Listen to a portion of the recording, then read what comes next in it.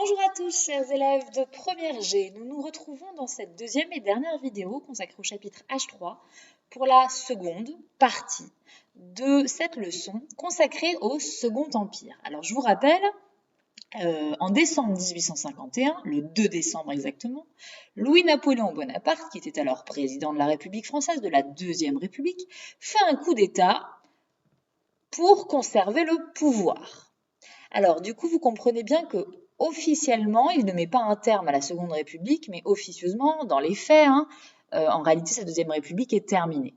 Il faudra véritablement attendre 52 pour que la Deuxième République prenne officiellement fin et que l'on ait l'instauration du Second Empire. Alors, tout d'abord, première sous-partie, nous allons voir que ce Second Empire est, dans un premier temps, un régime particulièrement autoritaire. Nous sommes en novembre 52.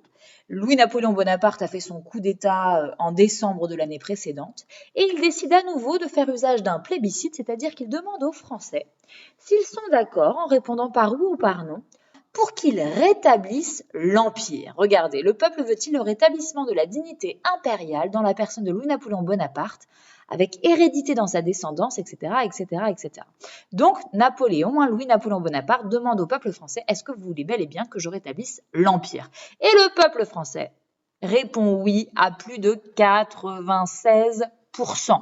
Par conséquent, c'est bel et bien le peuple français qui a décidé en fait de mettre un terme à la Deuxième République pour proclamer à nouveau un empire. Louis-Napoléon Bonaparte devient Napoléon III, désormais empereur de France. Alors pourquoi pas Napoléon II, on l'avait déjà souligné, son oncle étant Napoléon Ier, il aurait pu s'appeler Napoléon II.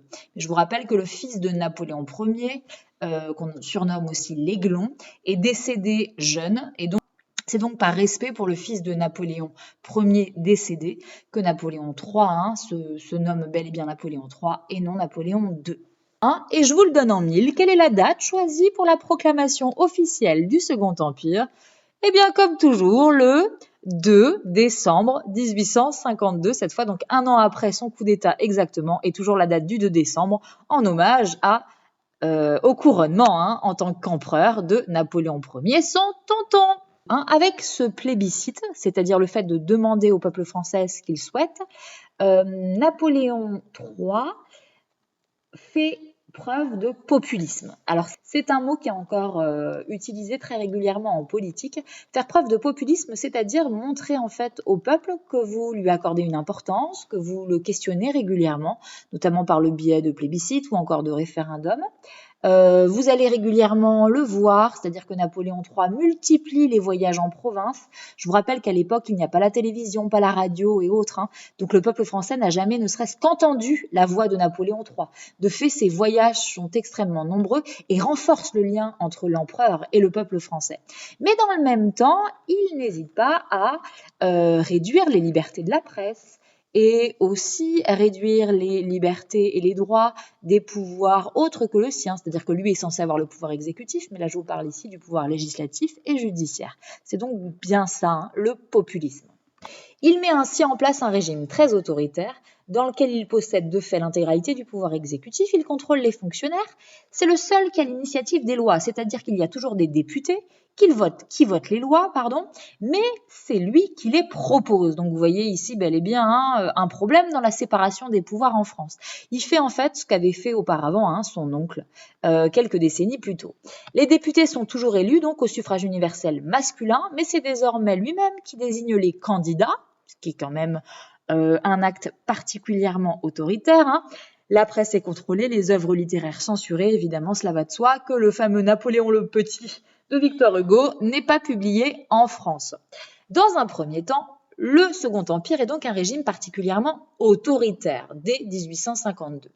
Mais en fait, dans les années 1860, progressivement, ce régime va s'assouplir. Les oppositions vont se faire de plus en plus entendre et Napoléon III va également instaurer de nombreuses réformes d'inspiration libérale. C'est donc un changement radical que nous allons voir tout de suite. Durant la décennie 1860, Napoléon III tombe malade. Alors là, vous avez une illustration, un portrait de lui, un peu plus tardif, on est proche de la date de sa mort, là pour le coup, mais c'est pour vous montrer que déjà à 64 ans, vous voyez, il fait très âgé. Et 10 ans plus tôt, c'est aussi le cas. Donc en fait, dans la décennie 1860, Napoléon III, qui était de fait, je vous rappelle, un empereur autoritaire, tombe profondément malade. Il a ce que l'on appelle des calculs. Peut-être que vous connaissez, par exemple, pour vous donner une illustration, il urine du sang. Donc, très malade, c'est un contexte particulièrement favorable pour que ses opposants se fassent de plus en plus entendre, puisque nous ne sommes plus face à un empereur très puissant, très autoritaire. Par conséquent, de nombreuses personnes se soulèvent pour réclamer des changements ou pour exprimer leur mécontentement à l'égard du Second Empire. Nous avons par exemple les catholiques chrétiens qui n'hésitent pas à exprimer leur désaccord avec la politique menée par l'empereur, Napoléon III, notamment lorsqu'il décide de déclarer la guerre à l'Italie. Évidemment, Napoléon III, s'il proclame un empire, c'est qu'il veut étendre le territoire de la France et va multiplier les guerres, même si on est bien loin de toutes celles menées par son oncle Napoléon Ier. Et les catholiques refusent corps et âme que la France rentre en guerre avec l'Italie. Je vous rappelle, l'Italie, quand même, on trouve la ville de Rome, ville où siège le pape, chef spirituel et religieux des chrétiens catholiques. On a également les patrons qui rentrent en opposition avec Napoléon III car ce dernier a décidé de signer un traité de libre-échange avec le Royaume-Uni. Alors le libre-échange, ça permet au Royaume-Uni et à la France de s'échanger des marchandises en payant moins de taxes. Mais de fait, pour les patrons français, c'est critiquable puisque cela fait rentrer sur le marché national des produits anglais et donc c'est une nouvelle concurrence. Par ailleurs, nous avons évidemment toujours des républicains en France qui souhaitent le retour de cette république, d'un régime dans lequel tous les dirigeants sont élus et qui souhaitent évidemment la fin du Second Empire.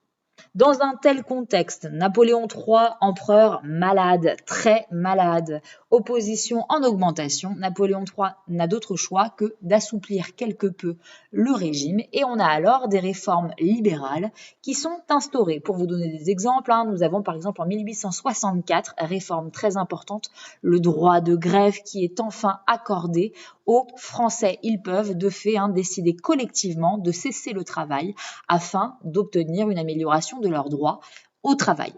La liberté de la presse et de réunion sont également favorisées. Bref, tout un tas de modifications qui vous montrent bel et bien que l'on est face à un véritable assouplissement du régime du Second Empire dans les années 60. Rien à voir avec ce qui avait été mis en place dans un premier temps. Hop, fin des années 60, grand tournant. 1869, nouvelles élections législatives. Donc législatives, on vote pour les députés qui ont le pouvoir normalement législatif, donc de voter, de faire les lois. Et là, contre toute attente, les députés républicains remportent la moitié des suffrages, quasiment la moitié des suffrages. Ce qui veut dire que les Français, en 1869, veulent du changement et ne souhaitent plus avoir ce Second Empire en place, qui est donc là, je vous rappelle, depuis 1852, et qu'ils souhaitent, pour une grande partie tout du moins, le retour d'une république, un régime dans lequel les dirigeants sont tous élus.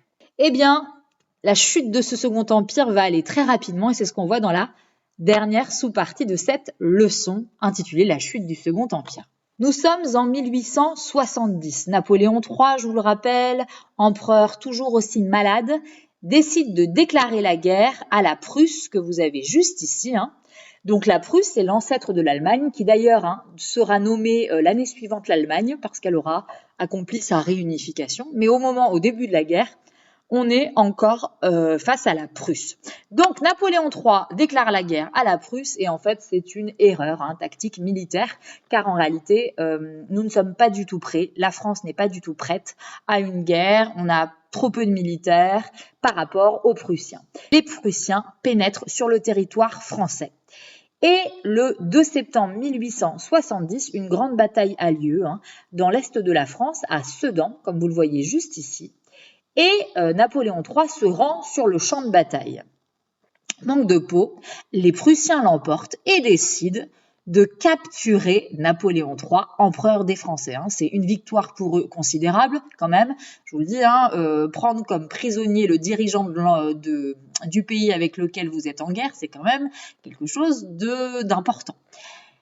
Et qu'est-ce qui se passe à Paris? Donc nous sommes le 2 septembre 1870, le temps que la nouvelle arrive à Paris, selon laquelle l'empereur vient d'être fait prisonnier, eh bien, le 4 septembre 1870, 2 jours plus tard, les députés républicains qui avaient été élus, je vous rappelle, en 1869, l'année précédente, profitent de cette capture de l'empereur pour proclamer la Troisième République.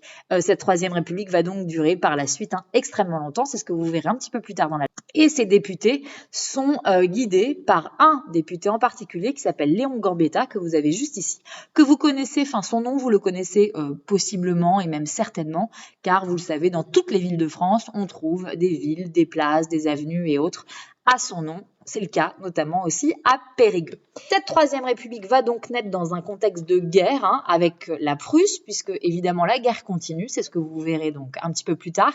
Et vous le verrez, cette guerre qui va s'achever en 1871 aura de nombreuses conséquences, puisque c'est la guerre qui va notamment engendrer la perte de l'Alsace et la Lorraine pour la France, des raisons, entre autres, qui expliquent par la suite la Première Guerre mondiale qui débute en 1914, mais ça vous en parlerai un peu plus tard.